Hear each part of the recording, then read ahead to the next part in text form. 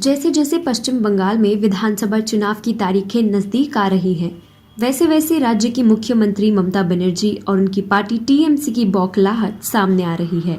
इसी बौखलाहट में हाल ही में ममता बनर्जी के नेताओं ने बंगाल की सीमा पर तैनात बीएसएफ पर आरोप लगा दिया कि बीएसएफ के जवान लोगों को धमका रहे हैं कि वो बीजेपी को ही वोट दें।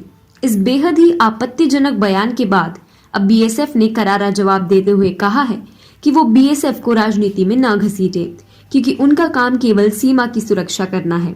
खास बात यह है कि ममता के लिए चुनावों में गेम चेंजर बनने वाले घुसपैठियों पर रोक लगाने के बाद से ही बीएसएफ ममता के लिए एक दुश्मन जैसी बन गई है। ममता दीदी के लिए विधानसभा चुनाव अब मुश्किल होते जा रहे हैं, जिसके चलते वो बेतुकी बयानबाजी पर उतारू हो गए हैं। इसी तरह का हाल ममता के नेताओं का भी है।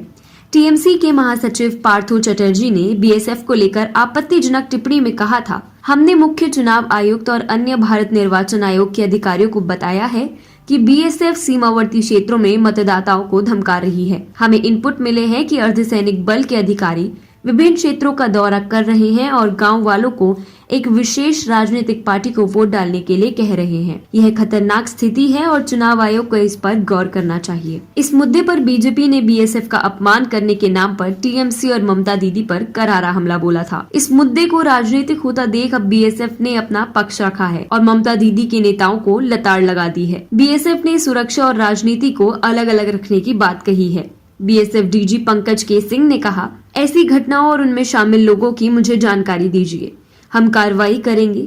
अभी तक हमें ऐसी कोई जानकारी नहीं मिली है। हम एक पेशेवर बल हैं और ऐसे काम नहीं करते हैं। इसमें शामिल किसी भी व्यक्ति को बख्शा नहीं जाएगा। उन्होंने सटीक शब्दों में कह दिया है कि हमें राजनीति से जुड़े मामलों में न घसीटा जाए। इसके साथ ही उन्होंने कहा कि बंगाल चुनाव के दौरान बड़ी मात्रा में घुसपैठ की आशंका है, इसलिए उस घुसपैठ को पूरी तरह खत्म करने के लिए हमें अपना काम करने दिया जाए।